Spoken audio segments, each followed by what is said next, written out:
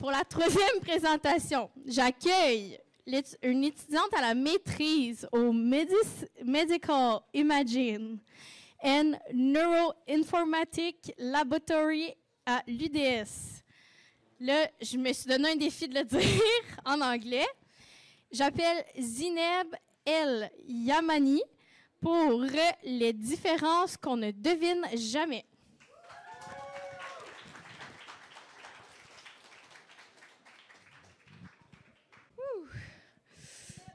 Oh, merci. Donc, je ne m'attendais pas à passer maintenant, donc voilà. Alors, tout prêt? Là, c'est bon? Ok, parfait, merci. Donc, du coup, aujourd'hui, donc, mon titre, c'est « Ces différences qu'on ne devine jamais ». Donc, c'est un titre un peu mystérieux, donc, mais vous allez comprendre dans quelques instants de quoi je parle. Ok, donc, du coup, donc, moi, je suis étudiante en neuroinformatique, enfin, spécialisée en neuroinformatique. Et donc, du coup, donc j'aide à développer des outils informatiques pour essayer de comprendre ou de mieux traiter le cerveau. Et donc, le cerveau, ça m'intéresse et on y reviendra un tout petit peu plus tard. Et donc, aujourd'hui, mon but sera vraiment de vous donner, donc, à travers cette présentation, des lunettes magiques qui vont peut-être, donc, grâce auxquelles vous pouvez voir un monde invisible. Et donc aujourd'hui, je vais parler d'un sujet un peu touchy qui est l'handicap. Alors quand j'évoque le mot handicap, qu'est-ce qui vous vient donc comme ça donc dans la tête? Peut-être le fameux pictogramme donc avec le petit bonhomme sur sa chaise roulante, ou aussi donc des béquilles ou des prothèses ou autre chose. Mais donc c'est là en fait où réside en fait le mythe que je viens démonter aujourd'hui, qui est que tous les handicaps sont visibles. C'est faux. Et donc, pour comprendre cela, donc j'ai pris ici la définition officielle d'une personne handicapée selon le gouvernement du Québec. Et c'est donc toute personne ayant une déficience, entraînant une incapacité significative et persistante, et qui est sujette à rencontrer des obstacles dans l'accomplissement d'activités courantes. Je vous détaille tout ça. Alors, en fait, on parle donc une personne qui a un handicap, c'est une personne donc, qui a une déficience. Et quand on parle d'une déficience, en fait, c'est vraiment au niveau organique. Donc, ça doit être identifié par un spécialiste. Et cette déficience, en fait, va entraîner une incapacité, mais cette fois, en fait, au niveau fonctionnel. Donc, cette fois-ci, c'est ressenti par la personne. Exemple, Sarah a une déficience du système auditif, entraîne que Sarah a une incapacité auditive. Donc, elle a du mal à entendre. Et aussi, donc, cette incapacité doit être caractérisée par le fait qu'elle soit significative, c'est-à-dire qu'elle doit être lourde pour la personne, mais aussi persistante, c'est-à-dire que ça doit durer dans le temps. Et quand on dit durer dans le temps, ça ne veut pas dire nécessairement que ça doit être vécu au quotidien, mais ça peut être aussi de façon cyclique ou épisodique. Et donc, du coup, cette incapacité-là, elle va venir interagir avec l'environnement, mais aussi les habitudes de vie. Et cette interaction-là va créer, en fait, un obstacle devant l'accomplissement des tâches de vie quotidienne. Donc, déjà là, je vais démonter un autre mythe ou une autre croyance. Donc, si je vous demande la définition d'une personne handicapée, est-ce que c'est la même définition que d'une personne en situation de handicap? Oui, yes. C'était une question piège, donc non. En effet, donc en fait, quand on parle d'une situation de handicap, on fait vraiment juste, on parle juste en fait de cette interaction entre les incapacités et l'environnement et les habitudes de vie qui entraînent cet obstacle-là devant les tâches de vie quotidiennes. Et donc aussi, on perd les deux caractéristiques qui sont les incapacités persistantes et significatives. Exemple d'une personne qui est en situation de handicap sans pour autant qu'elle soit handicapée, c'est une personne en fait qui s'est foulée la cheville et qui doit porter du plâtre pendant une durée donc limitée, mais quand même donc qui se trouve face à des obstacles donc devant l'accomplissement des tâches de vie quotidienne. Et donc, du coup, revenons à notre mythe, qui est que tous les handicaps sont visibles. Donc, comme vous avez vu, à aucun moment on a parlé donc, de visibilité de ces incapacités-là, ce qui veut dire que l'handicap peut être aussi visible que non visible ou invisible. Et donc, d'ailleurs, 80% des handicaps sont invisibles d'après le Hidden Disability Sunflower. Excusez-moi, je n'ai pas mis la référence ici. horrible faute. Et donc, du coup, bon, là, c'est des maths. Par exemple, si on prend 16 personnes, 3 personnes auront un handicap visible, alors que les 13 autres auront un handicap invisible. Et je vais vous en montrer une, moi. Donc, du coup, comme je vous avais dit... Oh c'est mignon. Merci. Donc, c'est très gênant, j'avoue, mais bon, j'expose ma vulnérabilité pour la sensibilisation. Let's go. Donc, du coup, en fait, comme je vous avais dit tout à l'heure, donc il y a le Hidden Disabilities, d'où j'ai pris mes pourcentages. En fait, on retrouve vraiment beaucoup de handicaps cachés. Il y en a plus de 900 qui sont répertoriés là-bas. Et donc, moi, qu'est-ce que je pourrais avoir? Je vais vous répondre. J'ai une sclérose en plaques. Et donc, moi, avec ma sclérose en plaques, en fait... Ah, je vois du choc. C'est cool, ça. Oui. C'est exactement le but de ma présentation.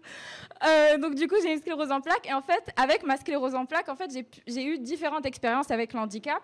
C'est-à-dire qu'avant mon diagnostic, j'ai pu expérimenter la vie sans handicap. Donc, après mon diagnostic, pendant mes crises, j'ai eu donc, des problèmes de mobilité. Donc, du coup, j'ai dû utiliser une canne. Donc, du coup, mon handicap était plus visible. Et aussi, donc, maintenant, aujourd'hui, donc, je vis avec un handicap qui est invisible. Et donc, du coup, si je veux faire un petit retour sur chaque expérience.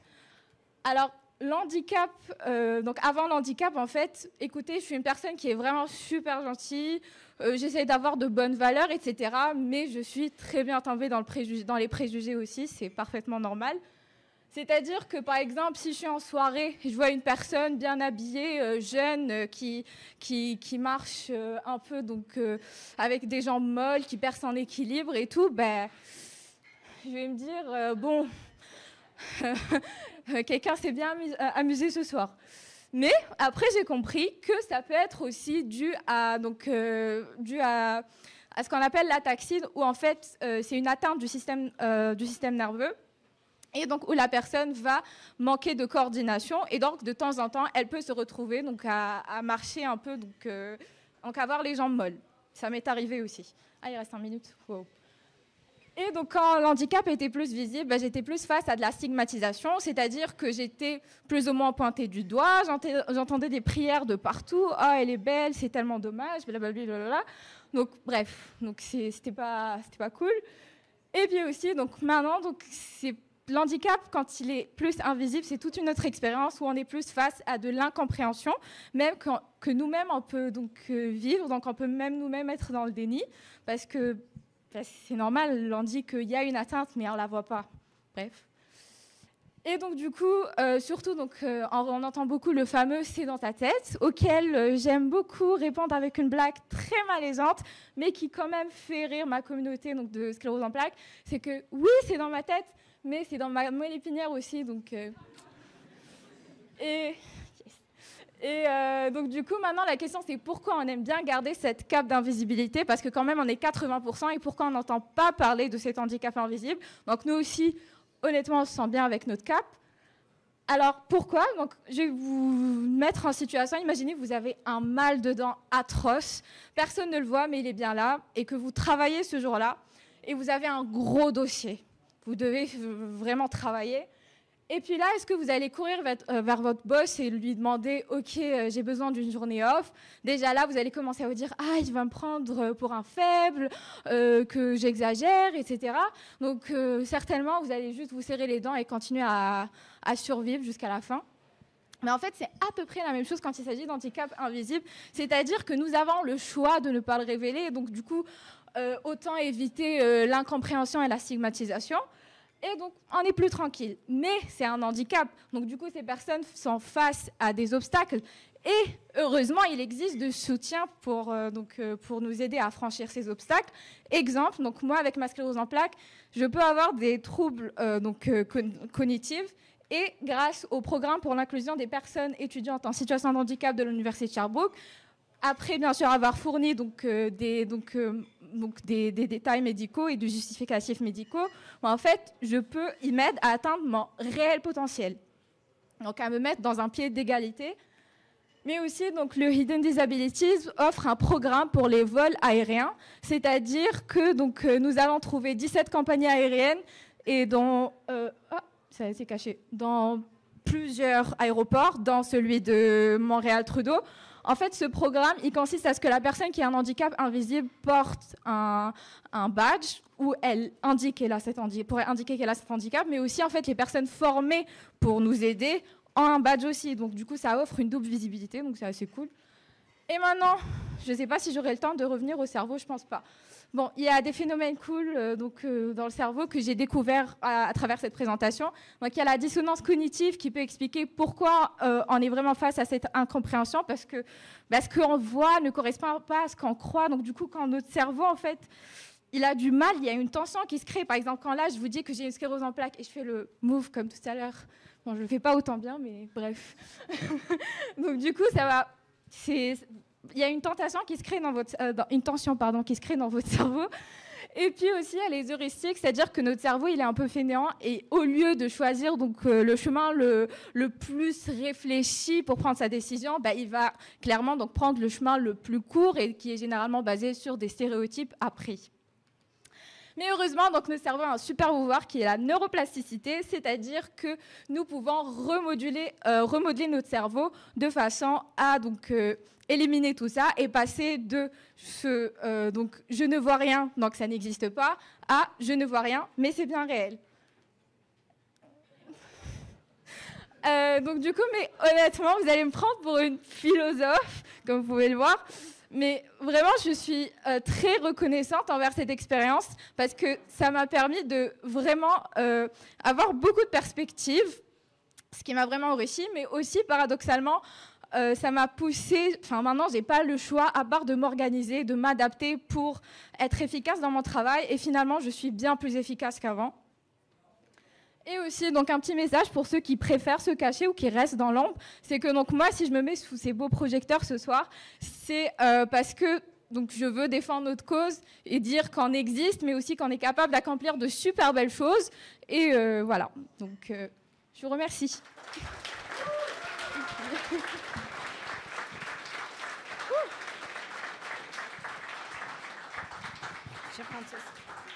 Merci pour cette belle présentation.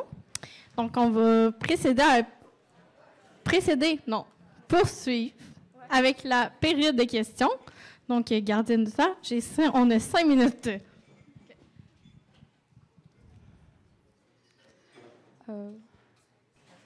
Alors, petite note, si vous avez vu en fait le tournesol, en fait, si vous le voyez maintenant, vous saurez que c'est pour donc l'handicap invisible.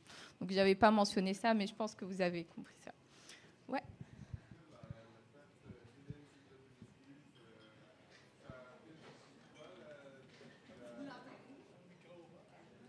J'entends.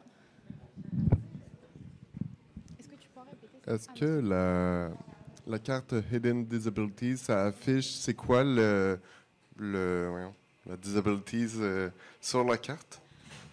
Honnêtement, j'ai pas la réponse parce que je ne connais pas non plus ce programme. Je l'ai découvert à travers cette présentation aussi. Je voulais aller l'expérimenter à l'aéroport, mais certainement qu'ils vont identifier donc le disability, parce que si on va dans leur site, on peut aussi se procurer cette carte, donc même sans aéroport.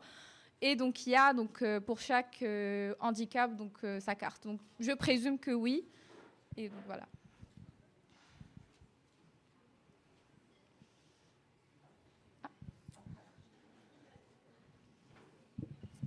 Est-ce que des fois, c'est un obstacle pour des gens qui veulent, tu sais, comme, OK, c'est caché, fait que là, tu veux le montrer pour que les gens ils sachent que tu as un désavantage, mais en même temps, le fait de le montrer, ça peut créer une inégalité. Fait que là, est-ce qu'il y a des gens qui s'empêchent de montrer leur hidden disabilities, justement, par peur de la stigmatisation, même si le but, c'est de... Je sais pas si tu comprends ce que je veux dire, c'est pas clair, là, mais...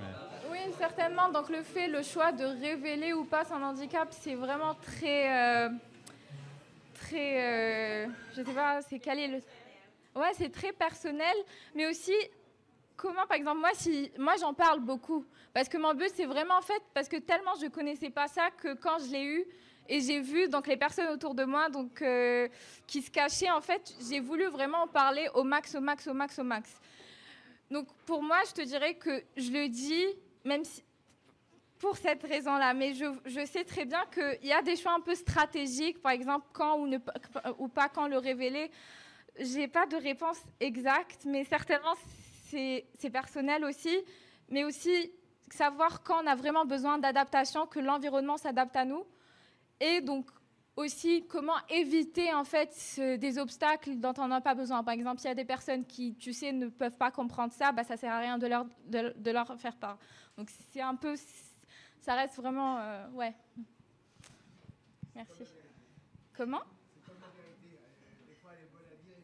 Ouais, c'est exactement ça. Mais il y a donc de l'adaptation, c'est ça le problème. C'est que est-ce que je le dis et j'aurai mon aide, enfin, donc l'environnement s'adaptera à moi, ou je le dis pas et je reste tranquille.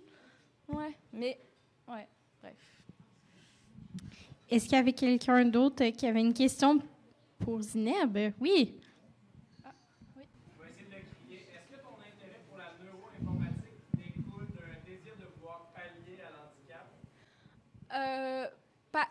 Pallier, c'est-à-dire... Supporter ou aider à... Oui.